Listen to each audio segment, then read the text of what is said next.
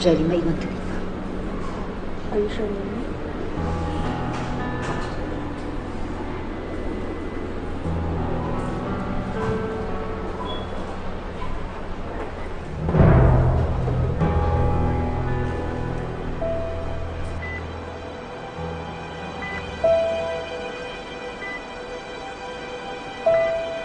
Sandina, anak, ikaw na ba yan?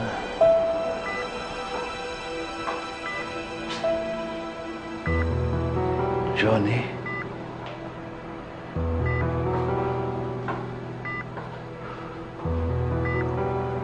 Samang damo ka talaga, Hector.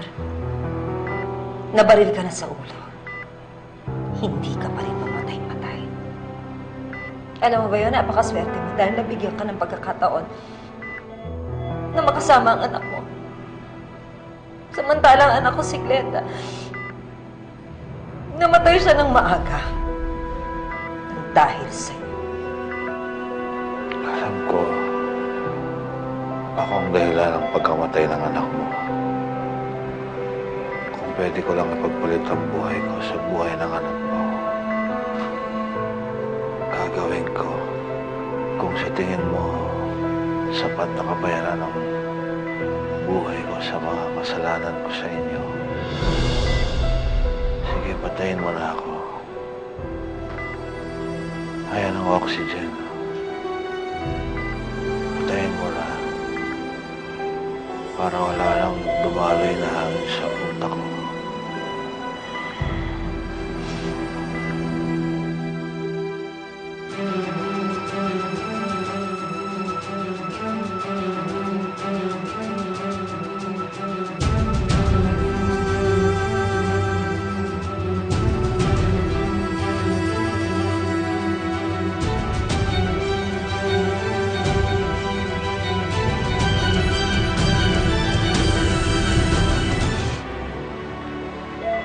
Ma'am? Ma'am? Anong ginagawa niyo sa oxygen? Bawal pahawakan ng oxygen, ma'am. Wala akong ginagawa. Guard! Guard!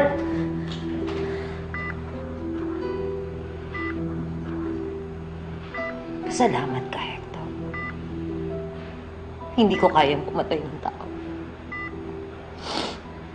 Kahit nasa akin ang lahat ng dahilan para bawian ka ng buhay. Kahit gustong-gusto kitang patayin. Dahil alam ko na hindi na rin naman mababalik nito ang buhay ng anak kong si Glenda. Hayop ka. Hayop ka. Alam ko, napakalaki ng kasalanan ko sa iyo. Walang kapatawaran ng ginawa ko. Pero, hiling ko lang sana. Huwag mo nang idamay ang anak ko rito. Ako na lang ang parusahan mo. Huwag na si Santina.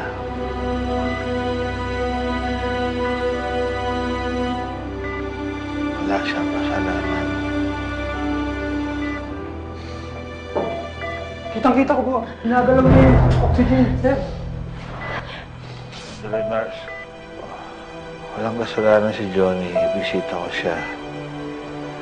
Hindi niya pwedeng gawin yun. Nagkakamali ka. Ganun po ba? Ito daw pala eh.